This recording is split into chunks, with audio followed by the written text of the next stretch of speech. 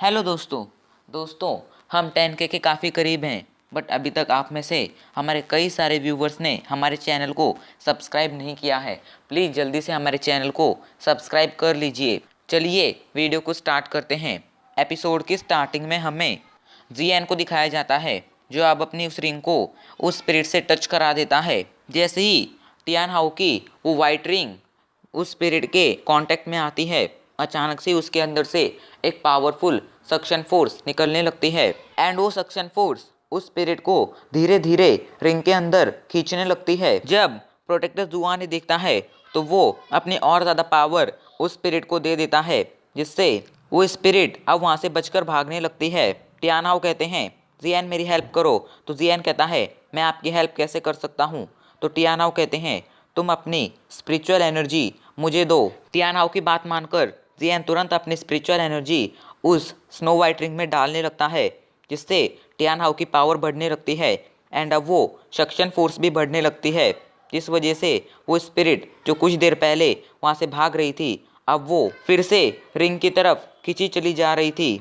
जब प्रोटेक्टर जुआ ने देखता है तो वो काफ़ी कोशिश करता है उस स्पिरिट को बचाने की, बट टियान हाउ भी एक डाउजुन थे। इस वजह से प्रोटेक्टर जुआन टियान हाउ के चंगुल से अपनी स्पिरिट को नहीं छुड़ा पाता है। इधर जियान सोचता है टियान हाउ के पास सच में कोई स्पेशल एबिलिटी है जिसके बारे में अभी तक उन्होंने मुझे नहीं बताया है, एंड वो जो ये कह रहे थे कि मैं उन्हें बहुत आसानी से मार सकता हूँ, शायद वो झूठ था, बिकॉज अब मुझे नहीं लगता मैं उन्हें मार पाऊँगा। जब एक डाउजोंग स्पिरिट उनसे बच नहीं सकती है तो मैं कौन से खेत की मूली हूँ। इधर टियानहाओ फाइनली उस स्पिरिट को पूरी तरह से रिंग के अंदर खींच लेते हैं, जिसके बाद अचानक से रिंग से किसी के चबाए जाने की आवाज़ सुनाई देने लगती है। जब वहाँ मौजूद सभी लोग ये देखते हैं तो वो शॉक हो जाते हैं, बिकॉज जियन ने दो डाउजोंग की पावर को हरा दिया था। अभी हमें पता है कि ये टियानहाओ ने किया है, बट उनके नज़रिए से ये जियन ने किया था। मो जियनटिंग कहता है अच्छा हुआ मैंने हान फेंग का साथ नहीं दिया, वरना मैं अभी के लिए जियन का दुश्मन बन चुका होता। एंड ये जियन नाम का जो इंसान है वो कभी क्या कर जाए कुछ कहा नहीं जा सकता है। जब भी मैं इससे मिलता हूँ तब इसकी पावर पहले से ज़्यादा होती है।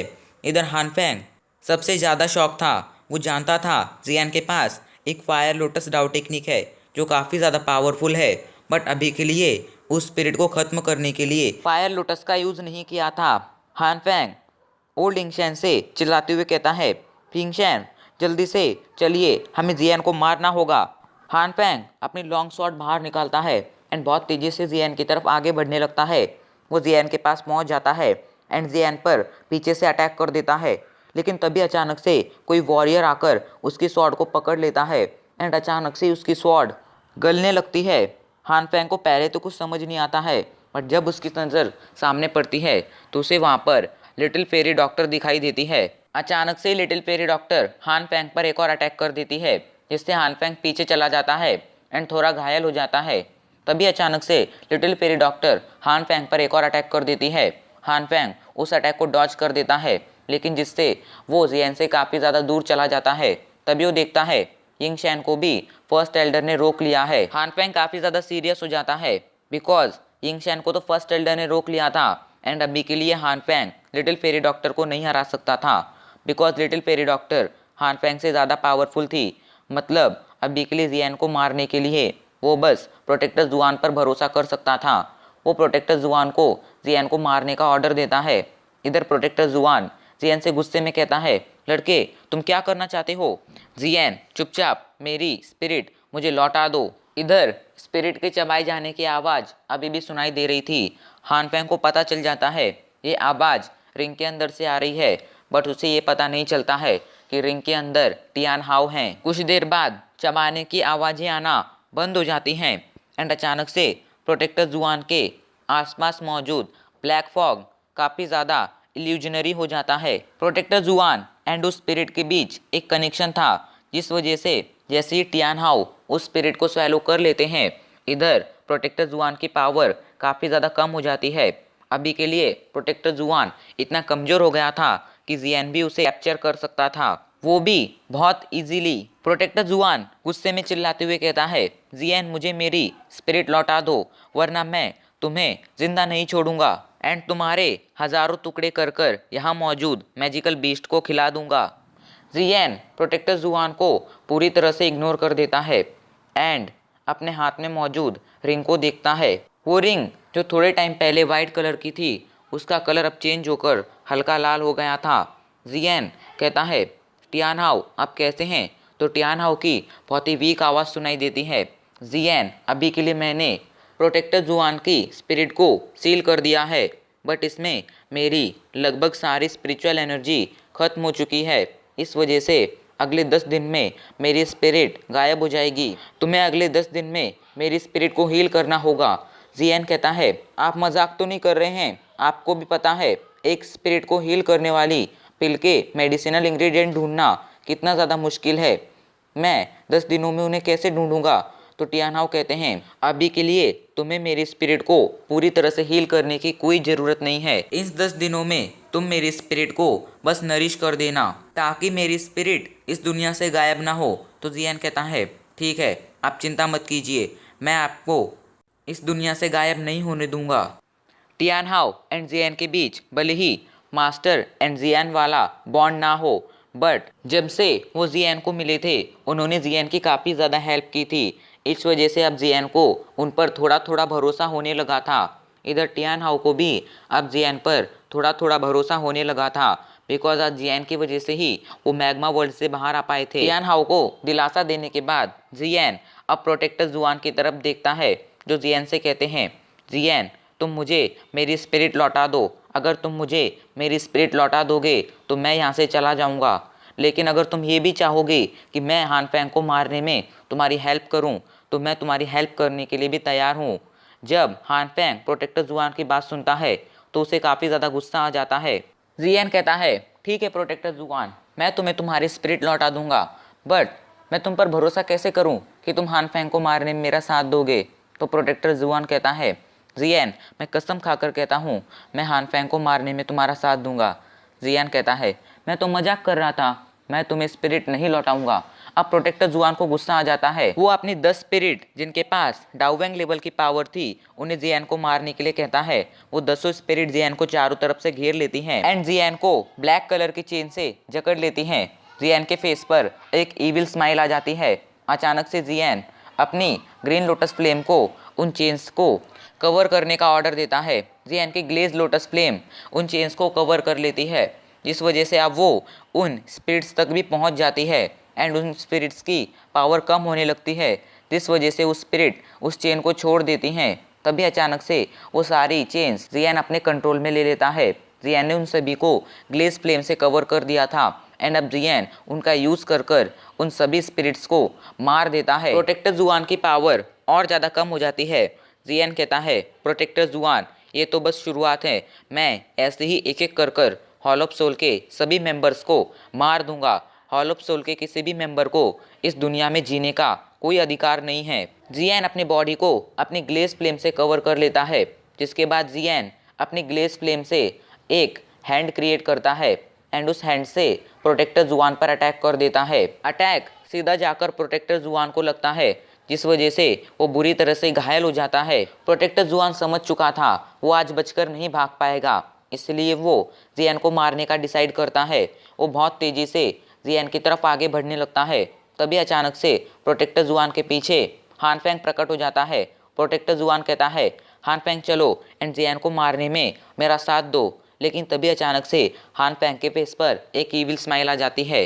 वो प्रोटेक्टर जुआन के चेस्ट में अपना हाथ घुसा देता है एंड कहता है, तुम अपनी स्पिरिट मुझे दे दो, मैं तुम्हारी स्पिरिट को स्वैलो कर कर अपनी पावर बढ़ा लूँगा, जिसके बाद मैं जियन को मार दूंगा एंड तुम्हारी मौत का बदला ले लूँगा। प्रोटेक्टर जुआन काफ़ी ज़्यादा स्ट्रगल करता है, बट हानफेंग से नहीं बच पाता है। हानफेंग उसकी सोल को स्वैलो कर लेता है। अभी के लिए हानफेंग की पावर काफ़ी ज़्यादा बढ़ चुकी थी। उसका पूरा लुक चेंज हो जाता है। उसकी बॉडी का साइज़ अचानक से काफ़ी ज़्यादा इंक्रीज हो जाता है एंड वो एक डेविल लगने लगता है। भले ही प्रोटेक्टर जुआन अपनी स्पिरिट को खोने के बाद फिजिकली काफ़ी ज़्यादा कमज़ोर हो चुका था, बट उसकी स्पिरिचुअल एनर्जी काफ़ी ज़्यादा पावरफुल थी। इस वजह से प्रोटेक्टर जुआन की स्पिरिट को स्वैलो करने के बाद हानफेंग की पावर काफ़ी ज़्यादा बढ़ चुकी थी एंड अभी के लिए हानफेंग के पास डाउजोंग लेवल के 5 स्टार लेवल के पीक के वॉरियर जितनी पावर आ चुकी थी, जो लिटिल फेरी डॉक्टर से भी ज़्यादा थी। अभी के लिए लिटिल फेरी डॉक्टर एंड जियान काफ़ी ज़्यादा सीरियस हो जाते हैं। लिटिल फेरी डॉक्टर कहती है मैं जाकर उससे फाइट करूँगी, तो जियान कहता है नहीं, हम दोनों ही उससे फाइट करेंगे, बट अभी के लिए मुझे थोड़ा टाइम चाहिए, तुम जाओ तब तक उसे संभालो।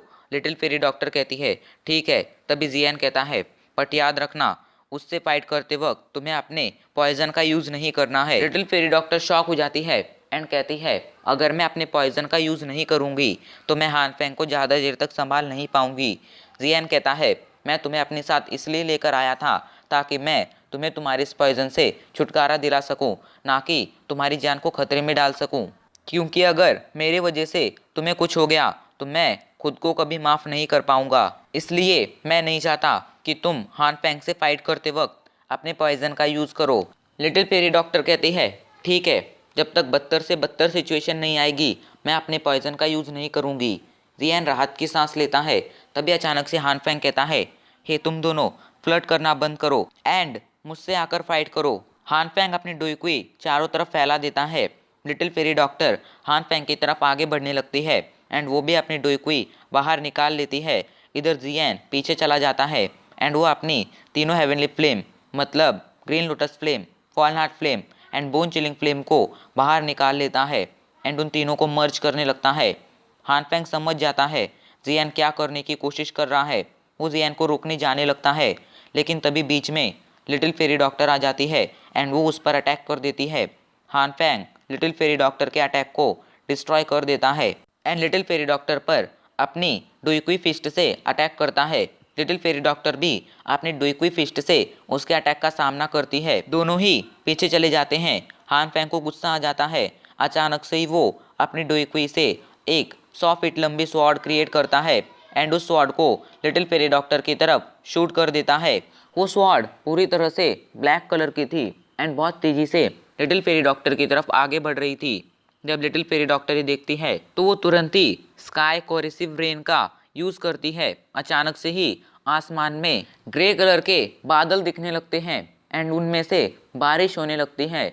उनके अंदर से पॉइजन की बारिश हो रही थी, बट ये बारिश की बूंदें ज़मीन तक नहीं पहुंच रही थी। एक लिमिटेड डिस्टेंस तक पहुंचने के बाद ये फॉग में बदल जा रही थी एंड वो फॉग वापस से जाकर उन क्लाउड्स में मिल जा रहा था। इधर अब वो स्वॉर्ड एंड रेन कांटेक्ट में आ जाते हैं। रेन स्वॉर्ड को रोकने लगती है।